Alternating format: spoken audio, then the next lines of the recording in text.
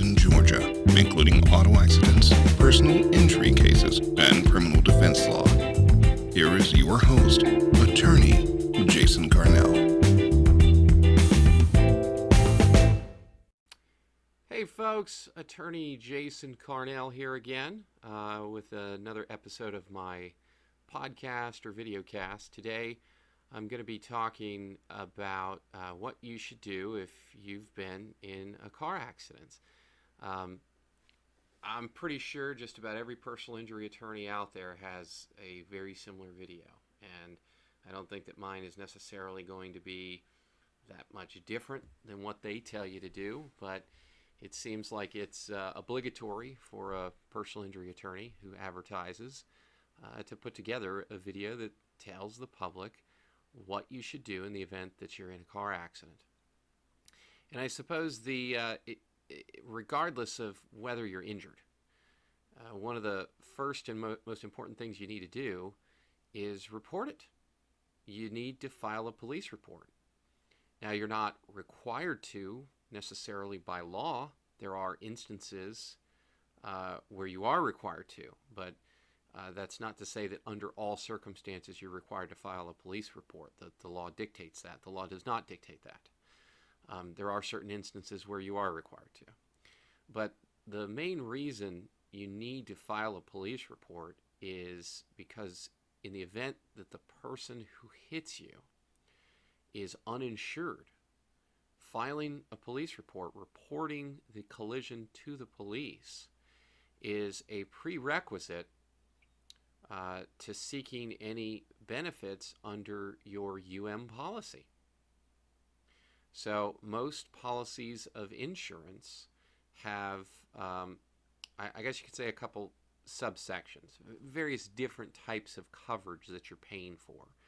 Obviously, you're paying for liability coverage in the event that you hit someone else and it's your fault.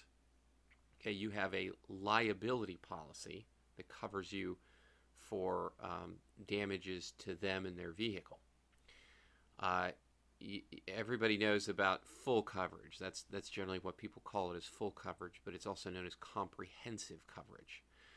Your comprehensive policy is there to ensure you sort of no matter what.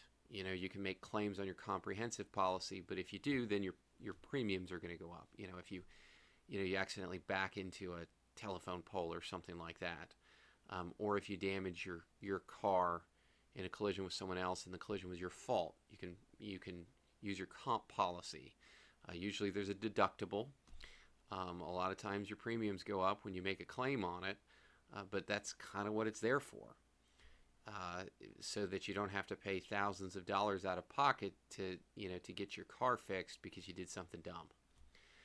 But then there's your coverage, and just so you know, this is not a completely comprehensive list. I mean, there are other forms of coverage, but what I think is pertinent for today's show. The third one is your policy. Your policy is there to protect you in the event that you are hit by an uninsured driver or an underinsured driver. So for uninsured, it could be a hit and run case where the person who hits you takes off and you don't know who they are. Therefore, they end up being what's known as a John Doe case. There are folks who just stop paying their premiums, and 3 days before they got a letter in the mail saying that their insurance was canceled. They still have the card, they still have proof of insurance, but they don't actually have insurance. So you stop, you exchange information with them, they show you their insurance card, you take down their information. Then you go home, and when you get around to it, you call their insurance company, only to find out that they do not have insurance, that it was canceled 3 days before the collision. Then there is the situation where people are underinsured, where the damage that they have done to you or your car exceeds their policy limit. And in Georgia, the minimum policy limit is a $25.50 policy. That's $25,000 per person and $50,000 per accident.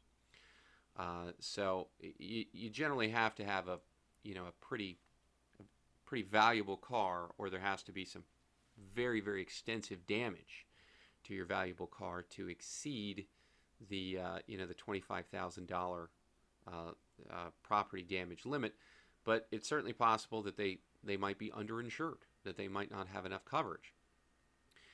And like I said, a prerequisite to tapping into your UM policy in those circumstances is that you have reported the case to the police.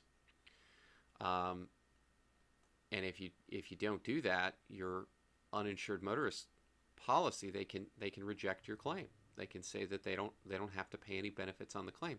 So what's the difference between the UM policy and the comprehensive policy? Well, the UM policy is specifically for if it's someone else's fault.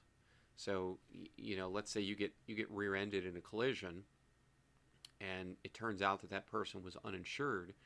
You can make a claim on your comprehensive policy, but you're going to have to pay the deductible, and your premiums are going to go up. Well, you don't want to do that.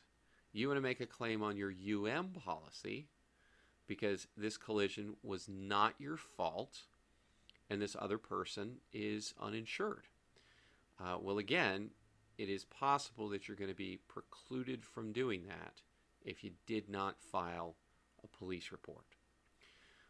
So do yourself a favor and file a police report. It's one of those CYA situations that you can come to regret later, especially if you're not feeling that much pain at the scene of the collision. You're a little sore, you're a little shaken up, but later on down the road, you get home, you go to bed, you wake up the next morning, and you're just in agonizing pain. You end up having to have extensive treatment that costs thousands and thousands of dollars, and now you don't have insurance to pay for it because the person who hit you, it turns out, they were uninsured. I suppose if you just really don't want to get the police involved, you don't want to sit there and wait for them, okay, because there are certainly times of the day and there are situations where we just don't have time for that sort of thing. It would be a good idea to, at the very least, call the other person's insurance company from the scene of the collision to report the accident. That way, while you're standing there, you can confirm whether or not they have coverage. If you're in a collision with someone and they're just dying to get out of there and they don't want to hang around for the police officer and they don't want to hang around for you to call their insurance company, that should be a clue that something shady may be going on. And under those circumstances, I think it would be wise to go ahead and call the police. Get yourself a police report. So I think I'm going to wrap it up with that. I want to keep this one short and sweet. There's no PowerPoint to go with this one. The message is clear. You really just need to file a police report. Do yourself a favor and call the police, get them to come to the scene and file a police report. I think that